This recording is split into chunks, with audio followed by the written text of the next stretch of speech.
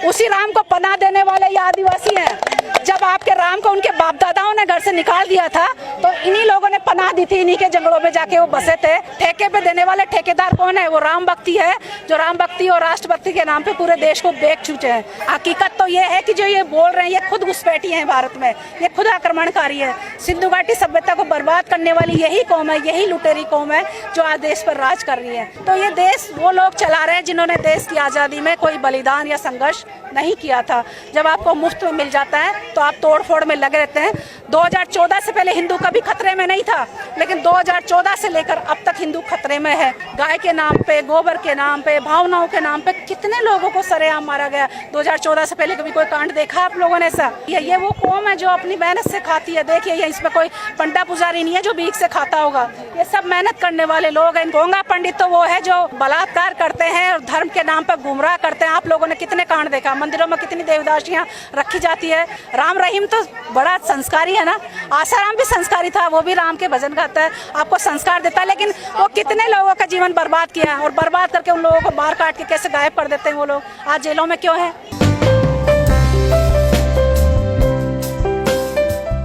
काफ़ी दशकों पुराना आंदोलन है, लेकिन जंतर मंतर पर 2-3 प्रोग्राम साल भर में हो जाते हैं। अभी फरवरी में, ये 23 फरवरी को हुआ था ऐसा ही धरना प्रदर्शन।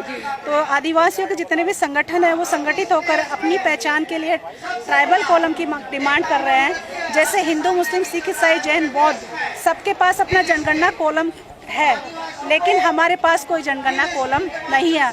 आप लोगों ने अभी तक फॉर्म भरे हैं स्कूल में, कॉलेज में या सर्विस का फॉर्म, तो फॉर्म भरने के साथ आपकी पूरी आइडेंटिटी उसमें ली जाती है और उसके साथ आपका रिलीजन पूछा जाता है। तो आपने कभी आदिवासी कॉलम देखा उसमें? नहीं देखा ना। तो यही सबसे बड़ी पार्शलिटी हम आदिवासियों के साथ हुई है कि इस देश के मूल मालिकों के वंशज होते हुए भी हमारी आइडेंटिटी को हमसे छीना गया है। जबकि ब्रिटिश गवर्नमेंट ने हमारी आइडेंटिटी को वैसे ही स्थापित कर रखा था जो सब धर्मों से बिल्कुल अलग थी।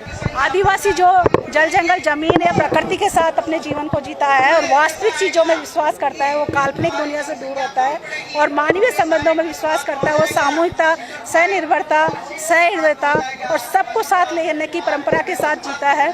इसीलिए वो अपने पुरखा परंपराओं के साथ, अपनी संस्कृति के साथ और अपनी भाषा के साथ जीना चाहता है और अपनी पहचान के साथ रहना चाहता है जो किसी धर्म पर आधारित नहीं है। वही काम तो मोदी जी कर रहे हैं, बोल रहे हैं कि हिंदू राष्ट्र बनाएंगे, सब एक समान कहलाएंगे। देखिए क्या इस देश में मुस्लिम नहीं है?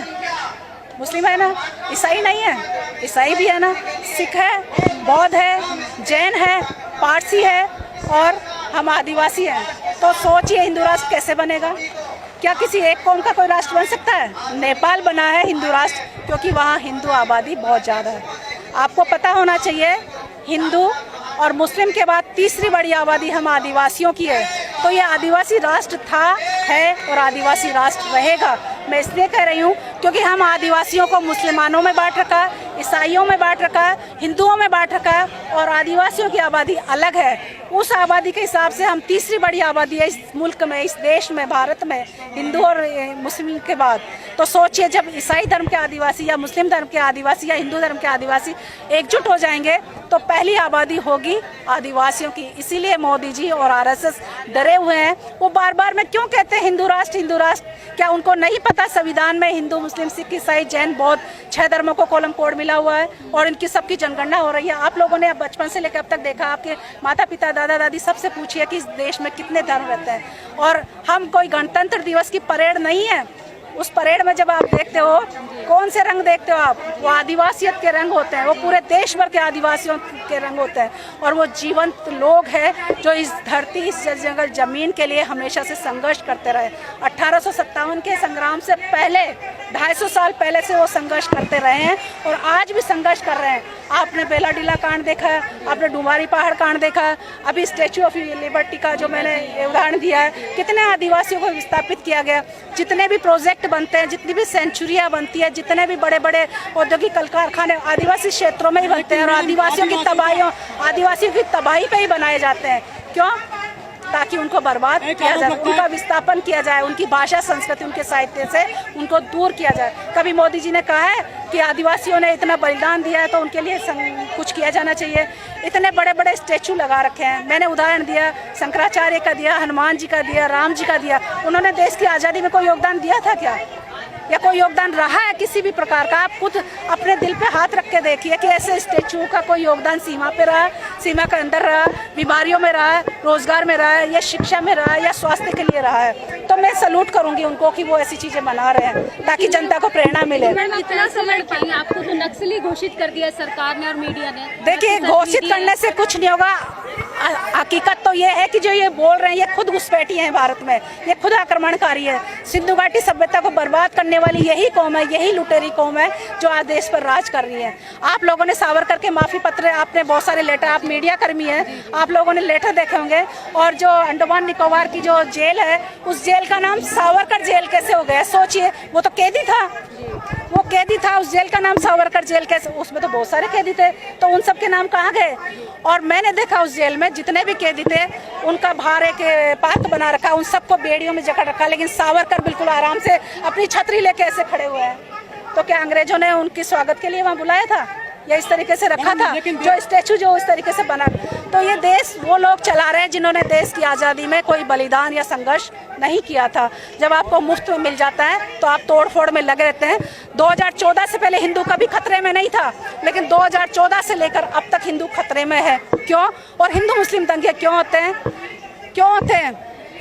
अभी जो जयंतियाँ मनाई गई है, कितने पूरे देश भर में दंगे हुए, तो क्या ऐसी जयंतियाँ मनाना वाजिब है? गाय के नाम पे, गोबर के नाम पे, भावनाओं के नाम पे कितने लोगों को सरेआम मारा गया। 2014 से पहले कभी कोई कांड देखा आप लोगों ने ऐसा? आप तो मीडिया कर्मी हैं, आप तो रूबरू हैं, आप तो जाके वहाँ रिपोर्टिंग करते हैं एट ए स्पॉट पे, तो आप लोगों से बेहतर कौन जा सकता है? जितने अपराध हो रहे हैं आप लोगों ने देखा। कोरोना के बाद 2 साल पहले दिल्ली में दंगे हुए थे, उज्ज्वला गैस सिलेंडर लगा लगा के दिल्ली को उड़ाया गया था, तब ये मोदी जी कहाँ चले गए थे? ये प्रशासन कहाँ चला गया था? सोचिए, इतने बड़े बड़े नाराजगी है आपकी? नाराजगी मेरी किसी से नहीं है। मेरी ये मेरे पुरखों ने जो बलिदान, जो संघर्ष किए हैं, और आज जो कौम जो संघर्ष कर रही है, ये वो कौम है जो अपनी मेहनत से खाती है। देखिए, ये इसमें कोई पंडा पुजारी नहीं है जो भीख से खाता होगा, ये सब मेहनत करने वाले लोग हैं। इनकी शक्लों से देखिए कितनी मेहनत करते होंगे। क्या दिक्कत है आपको? मुझे हिंदी देखिए, मुझे पंडितों को भी टारगेट कर रही है। पोंगा पंडित तो वो है जो मतलब बलात्कार करते हैं और धर्म के नाम पर गुमराह करते हैं। आप लोगों ने कितने कांड देखा? मंदिरों में कितनी देवदासियां रखी जाती है, कितने कांड देखे हैं। और आज भी जो साधु संत है वो कितने कांड, आप मीडिया वाले हैं, आप लोगों को तो अच्छे। राम रहीम तो बड़ा संस्कारी है ना, आसाराम भी संस्कारी था, वो भी राम के भजन गाता है, आपको संस्कार देता है, लेकिन वो कितने लोगों का जीवन बर्बाद किया, और बर्बाद करके उन लोगों को मार काट के कैसे गायब कर देते हैं वो लोग। आज जेलों में क्यों है? राम रहीम कैसे छूट गया? क्यों जेल में गया था? ये संस्कारी रोगी तो हैं जो पूरे समाज को अफीम चटाकर खुद उनको शोषण कर रहे हैं, और ये राजनेता उनको पाल कर रखते हैं ताकि उनका वोट बैंक तैयार रहे हमेशा। एक आखिरी बात, हमारे दर्शकों को क्या कहना चाहिए? मैं यही कहना चाहूँगी, आप चाहे किसी भी धर्म, किसी भी जाति, किसी भी कौम के हों, ये राष्ट्र हम सबका है, और सभी धर्मों को समान जो मौलिक अधिकार मिले हुए हैं, जो समान स्वतंत्रता मिली है, वो संविधान ने सबको दी है।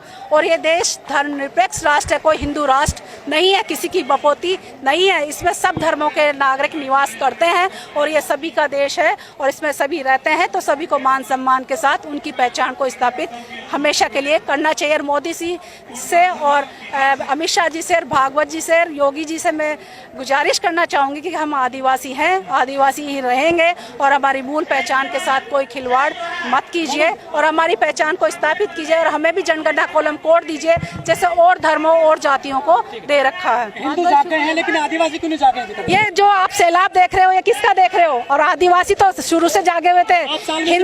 हिंदू अफीम खा के हमेशा हर त्योहार मनाता है, लेकिन आदिवासी हमेशा जागता रहता है। वो हड्डियां आंडी पीता लेकिन हमेशा जागृत रहता है, वो कभी नशे में नहीं रहता। आपने कभी नहीं देखा होगा। इसमें राजनीति हो रही है आज, धर्म की राजनीति हो रही है। वो राजनीति हो रही है सत्ता पाने के लिए और हिंसा फैलाने के लिए।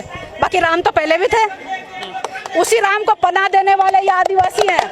जब आपके राम को उनके बाप दादाओं ने घर से निकाल दिया था तो इन्हीं लोगों ने पनाह दी थी, इन्हीं के जंगलों में जाके वो बसे थे। उसी शबरी ने उनको बेर खिलाकर बचाया था, भूखे भूखे राम को बेर खिलाकर बचाया था। सोचे तो दादी कौन हुआ? वो महिला जो जंगल से बेर इकट्ठे करके, आपको पता बेर कैसे तोड़े जाते हैं, कैसे इकट्ठे? एक बेर नहीं तोड़ सकते आप उस झाड़ से, लेकिन उस महिला ने बेर चक चक के उसको खिलाए हैं। आप सोचिए, आज आधुनिक युग में रह रहे हैं, आप बड़े हैं या आपके छोटे भाई हैं, तो सोचिए आप अपने भाइयों के कंधों पे बैठ के चलेंगे क्या? तो वो राम कैसे चले थे? वो क्या विकलांग थे? सोचिए, उस कहानी को सोचिए। आपकी माँ बहन बेटी है, वो प्रेग्नेंट हो जाए उसके पति के द्वारा, वो घर से निकाल दी जाए, अग्नि परीक्षा ली जाए और उसको मतलब कोई खोज खबर ना लेकर जंगल में छोड़ दिया जाए, तो फिर भी आप उसी को इस तरीके से माने? भगवान कौन से हैं? मेरे भगवान ये नेचर है जो हमें ऑक्सीजन दे रही है, पानी दे रही है, खाने को दे रही है, रहने को दे रही है, और जब हम मर जाएंगे तभी यही अपनी आगोश मिलेगी। सारी चीजें देश में वो कौन दे रहा है? वो राम के भक्ति दे रहे हैं ठेके पे। ठेके पे देने वाले ठेकेदार कौन है? वो राम भक्ति है, जो राम भक्ति और राष्ट्रभक्ति के नाम पे पूरे देश को बेच चुके हैं। बैंक बेच चुके, रेलवे बेच चुके, सारे शिक्षण संस्थान बेच चुके, और अब तो आधुनिक शिक्षा नीति जो ला रहे हैं उसमें ये शिक्षा नीति भी बिक गई है। 60% प्राइवेट जाएगी और 40% ये मीडिया के थ्रू होगी। तो सोचिए कितने लोग ले पाएंगे उस एजुकेशन को।